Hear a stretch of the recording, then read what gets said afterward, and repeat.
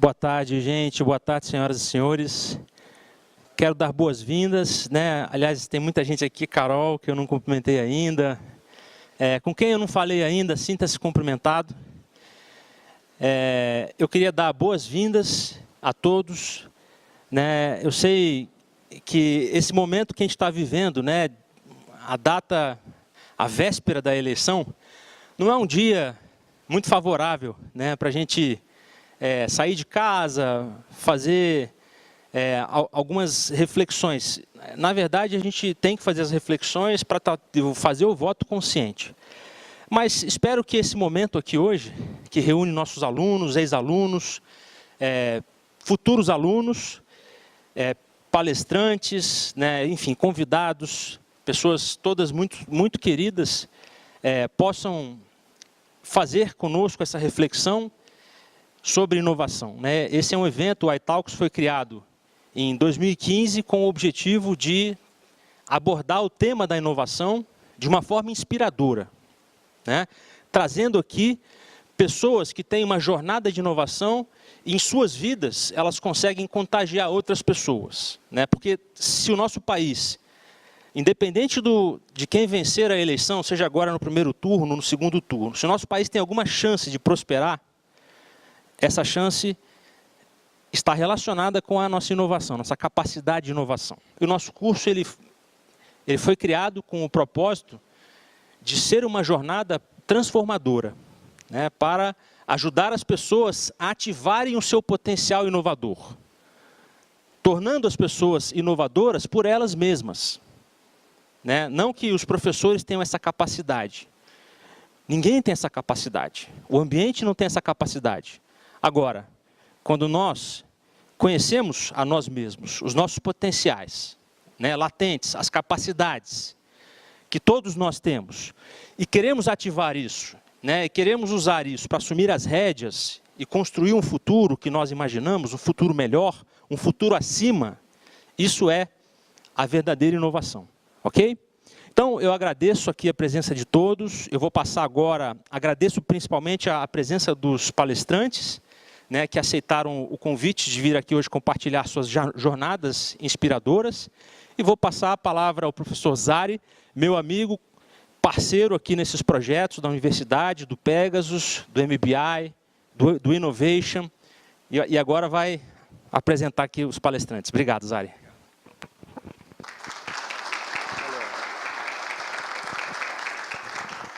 Boa tarde, pessoal. Estão me ouvindo?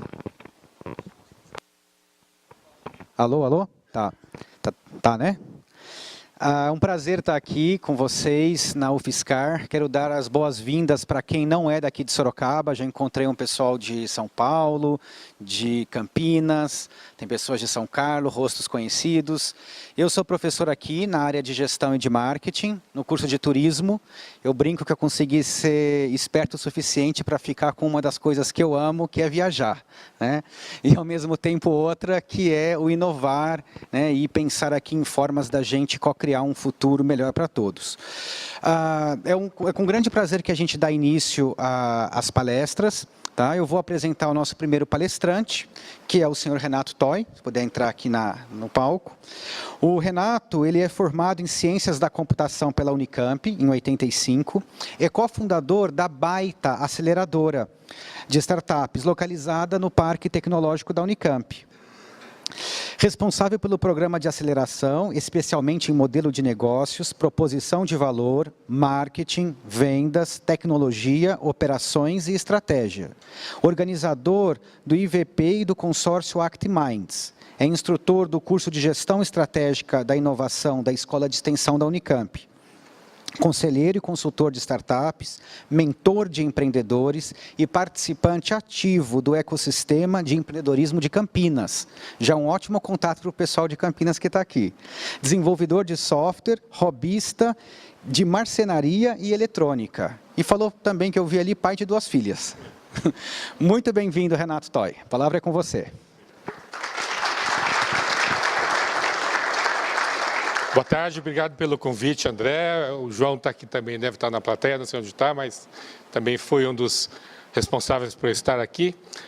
Agradeço a presença de todos. um sábado de tarde depois do almoço é meio complicado, eu vou tentar não dar muito sono em todo mundo.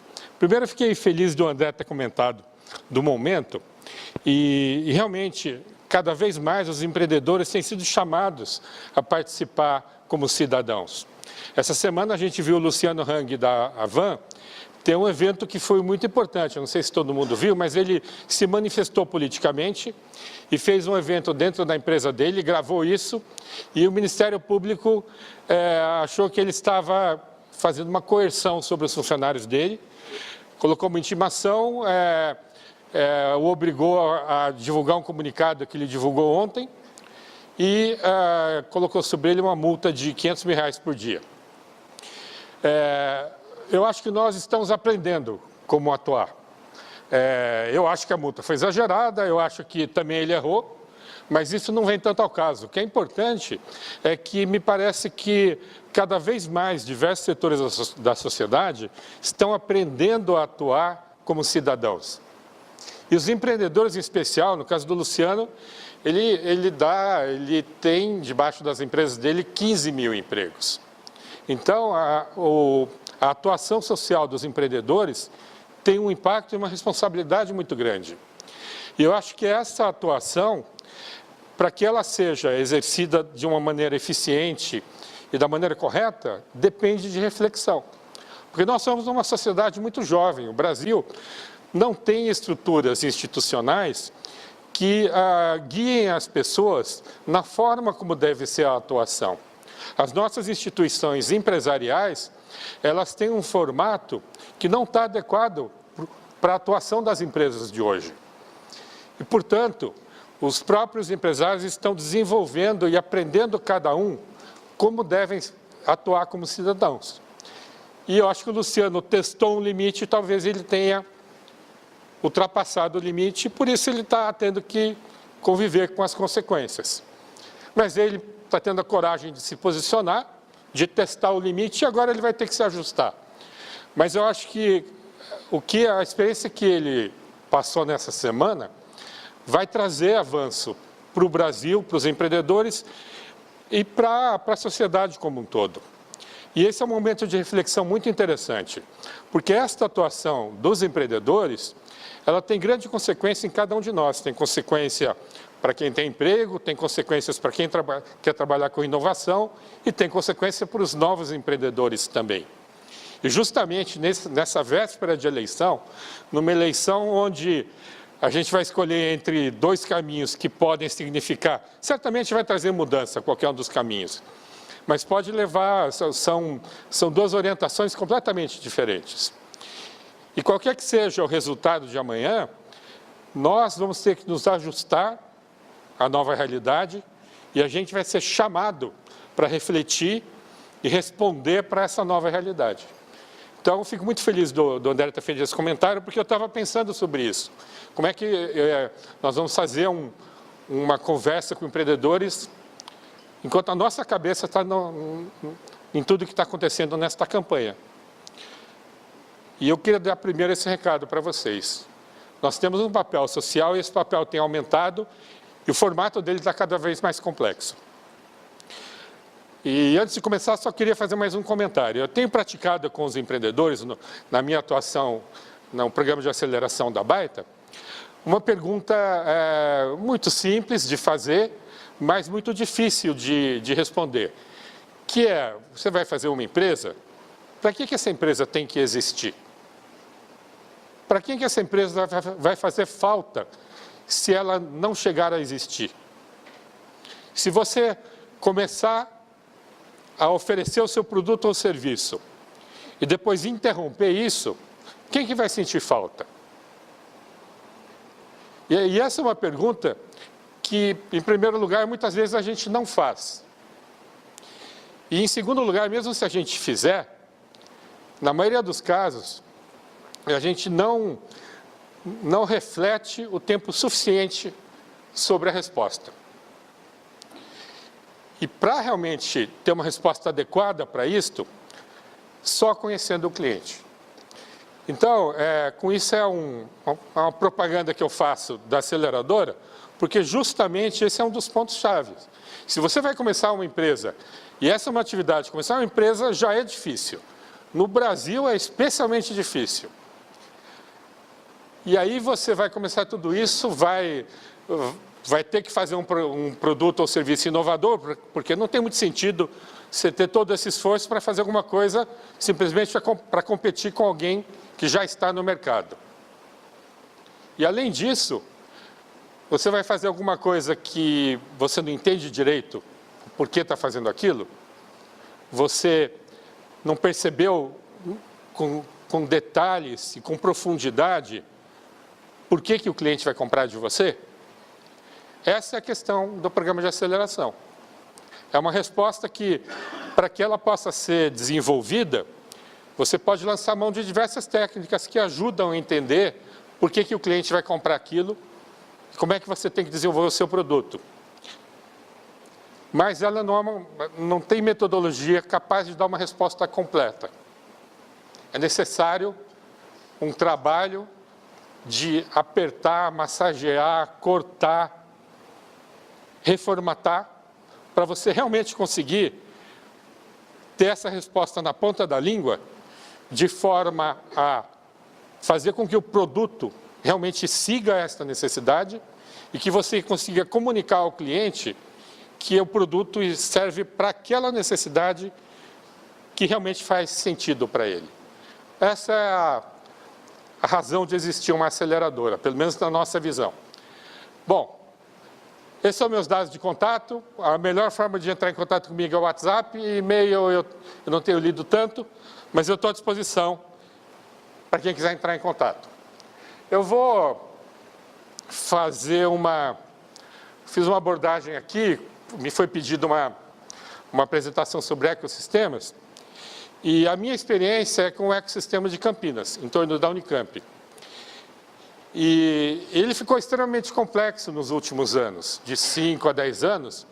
O grau de complexidade de atores no ecossistema de Campinas aumentou demais.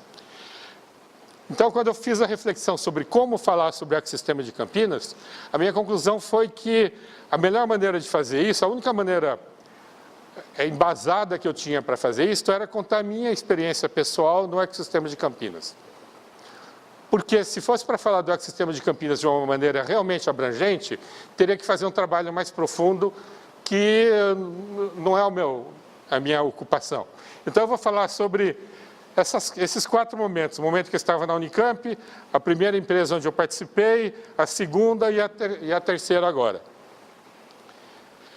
Essa é a minha turma aqui, que eu estudei na Unicamp, fiz computação entre 80 e 85.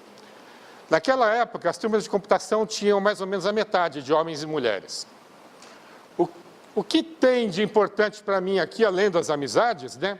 Do ponto de vista de ecossistema, o que acontece é que aqui dentro tem muitos executivos de empresas de tecnologia, em posições chaves, e tem alguns empreendedores.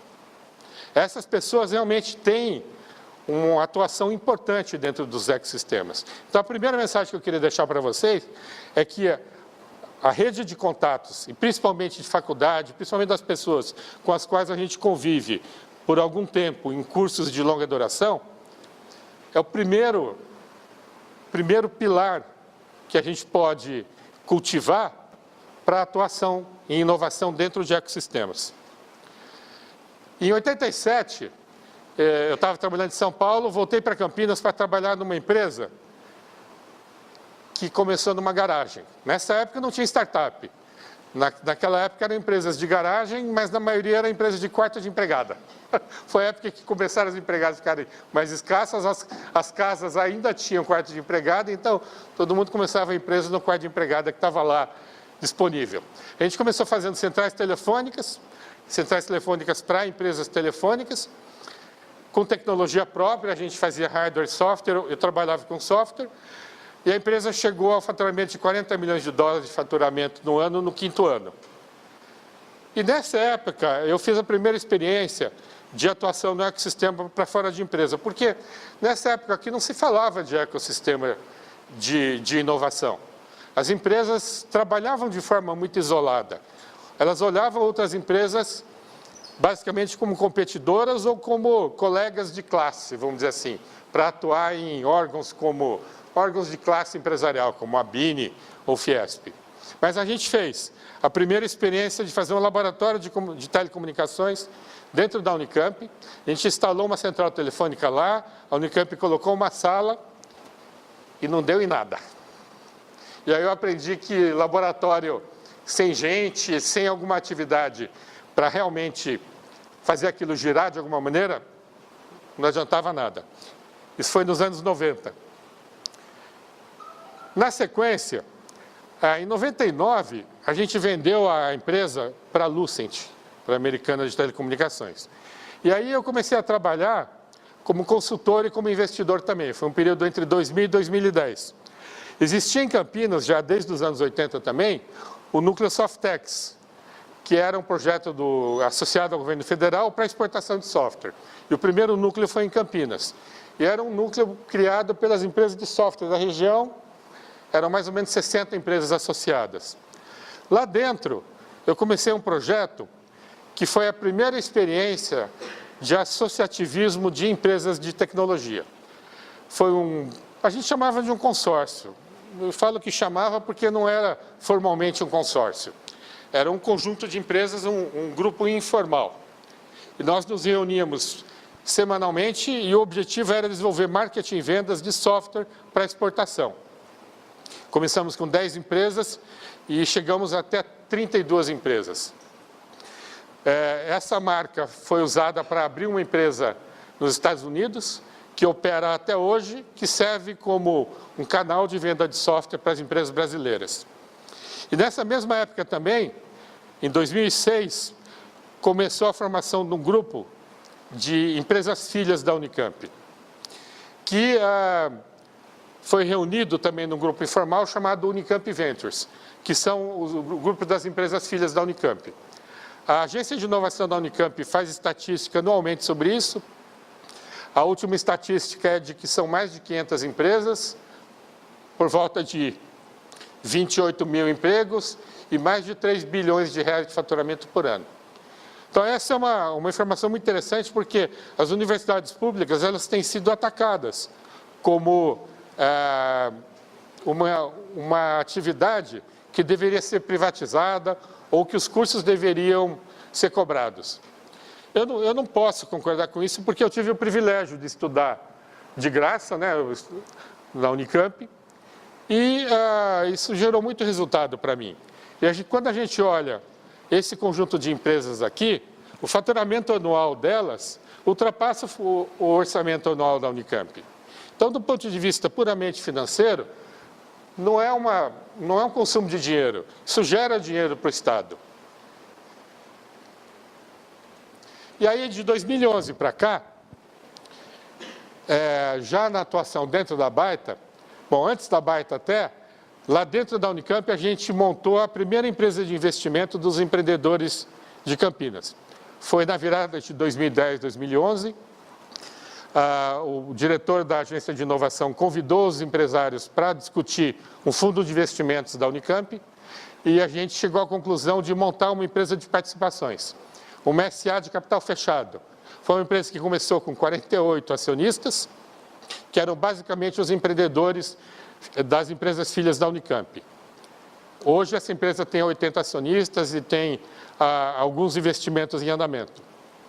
Nós fizemos Startup Weekend, os alunos da Unicamp fizeram a Liga Empreendedora, a PUC começou a atuar também, a Unicamp montou um desafio em que ela pegava a propriedade intelectual gerada pelos pesquisadores e colocava à disposição para desenvolver modelos de negócios em cima dessa propriedade intelectual.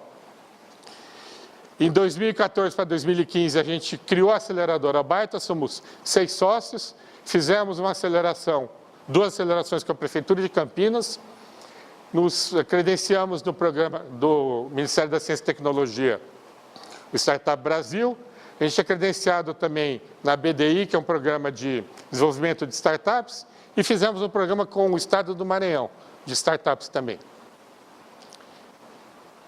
Então, vou passar um vídeo aqui de um caso de uma startup com a qual a gente trabalha. Deixa eu ver se o som está funcionando. O Portal Telemedicina é uma startup acelerada pela Baita.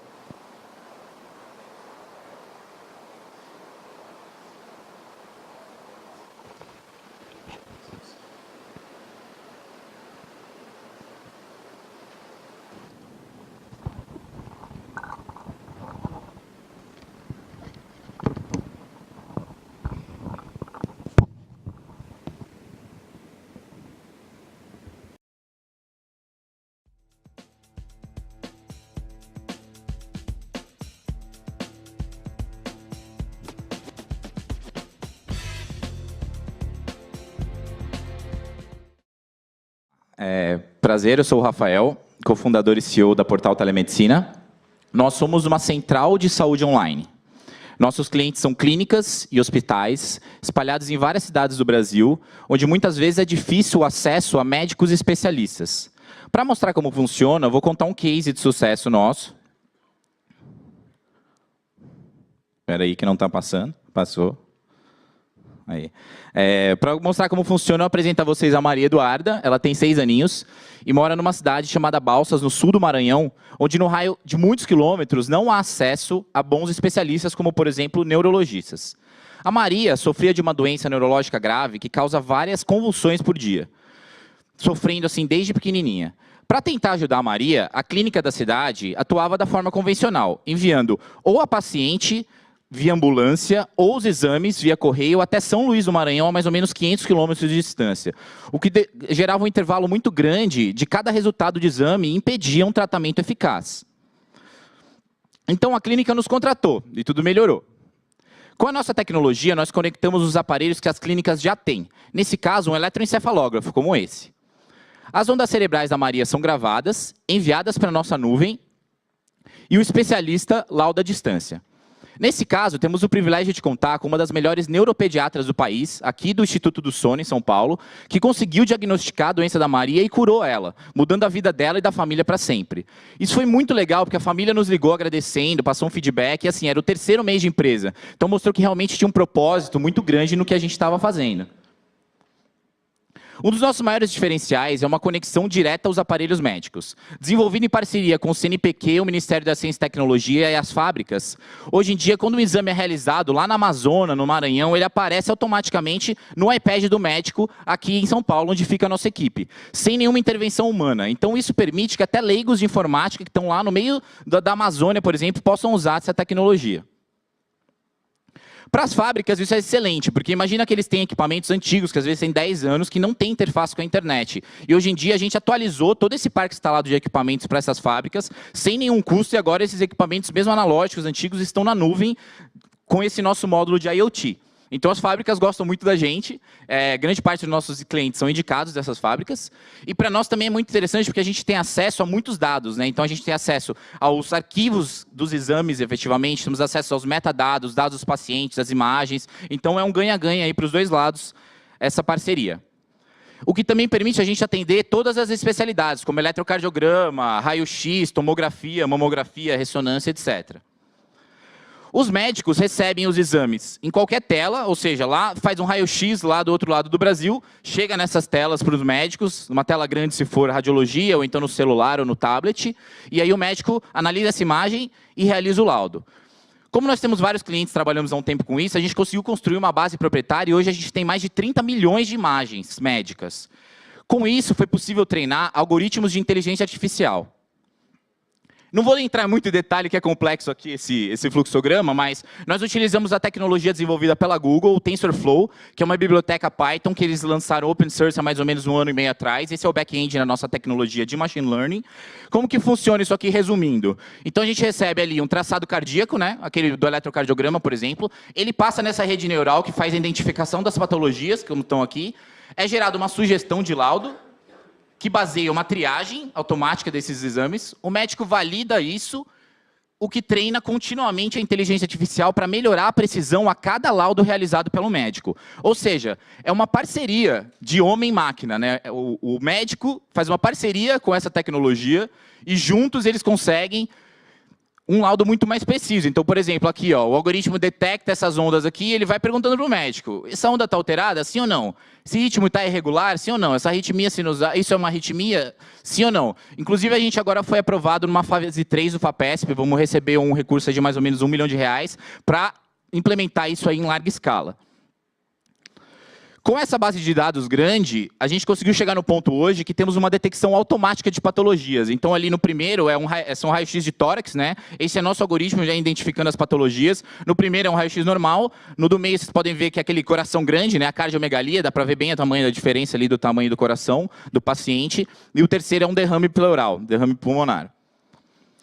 Essa tecnologia está embarcada no módulo do médico, de uma forma que ele não precisa praticamente digitar mais nada. Ele bate o olho ali no eletrocardiograma e vai apertar arritmia, próximo, taquicardia, próximo, normal, próximo. Isso eleva muito a produtividade do médico. Nossos melhores especialistas conseguem realizar até 100 laudos em 1 hora, com uma precisão superior a um médico convencional, reduzindo o custo de atendimento e possibilitando atender muito mais pessoas por dia.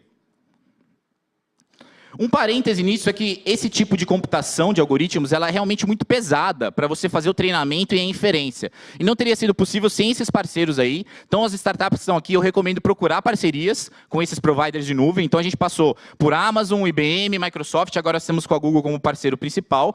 Foi em torno de R$1,5 milhão investido no P&D da empresa. Então, esses parceiros estão abertos a startups. Você pode ir lá apresentar seu caso e ter a chance aí de receber esse fomento. O que permite a gente escalar muito rápido, atender grandes clientes como Unimed, a MESP, o Boticário e a BMW são grandes fábricas que têm enfermarias internas, fica lá uma enfermeira e com acesso a todos esses nossos especialistas. O que também permitiu escalar muito rápido, um crescimento recorde. Em 3 anos, a gente está em mais de 100 cidades, fazendo milhares de exames por dia, mais do que qualquer hospital. E trouxe grandes prêmios, como Startup Brasil, finalistas no TechCrunch Disrupt. O America Summit foi lá no Vale do Silício, a gente pegou o 1º lugar. E o mais legal foi o Startup Nations, que é o Mundial de Inovação, que foi no México, que a gente ganhou lá. Trouxe o prêmio para o Brasil aí pela primeira vez. Tivemos aí também alguns aportes, CNPq, MCTI, agora a gente está participando do Google Launchpad Accelerator, que é a aceleradora da Google, é um intensivão que a gente está passando lá. Essa é uma foto da gente lá na sede, a gente ficou 1 mês lá em fevereiro, eles estão revisando cada elemento do software, tecnologia, modelo de negócio, está sendo muito interessante para evoluir a nossa empresa.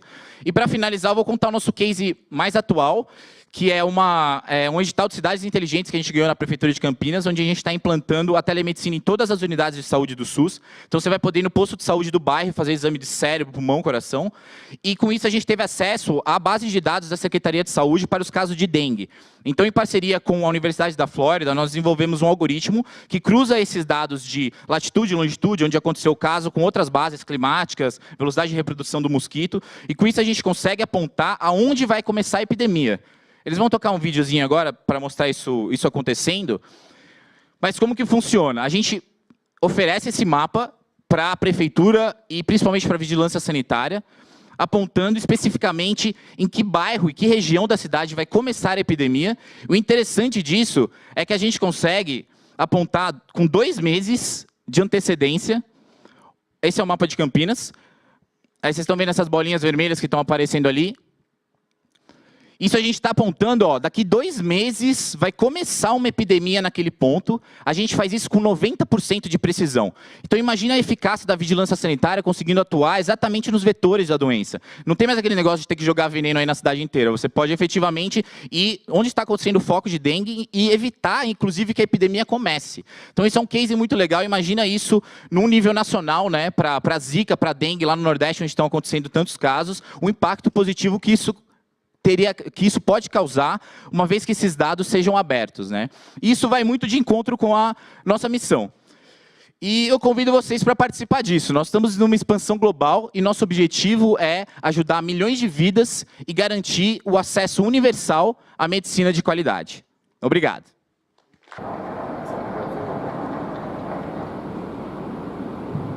Bom, eu quis mostrar o vídeo porque acho que dá para perceber que para essa empresa funcionar, ela tem que fazer interações que não são interações triviais para fazer. Tem que conseguir coordenar tudo isso debaixo de um modelo coerente. E para fazer isso, precisa realmente ter uma visão de ecossistema, e para desenvolver isso, você precisa ter trabalhado e desenvolvido a competência para estabelecer relações com diversos tipos de atores. Governo, hospitais, fabricantes de equipamentos, Secretaria de Saúde, o Google, as empresas de tecnologia. Então, essa questão de ecossistema de inovação é que viabiliza fazer empresas com esse grau de sofisticação. Era isso, eu passei 5 minutos do tempo aqui. Agradeço a todos. Muito obrigado.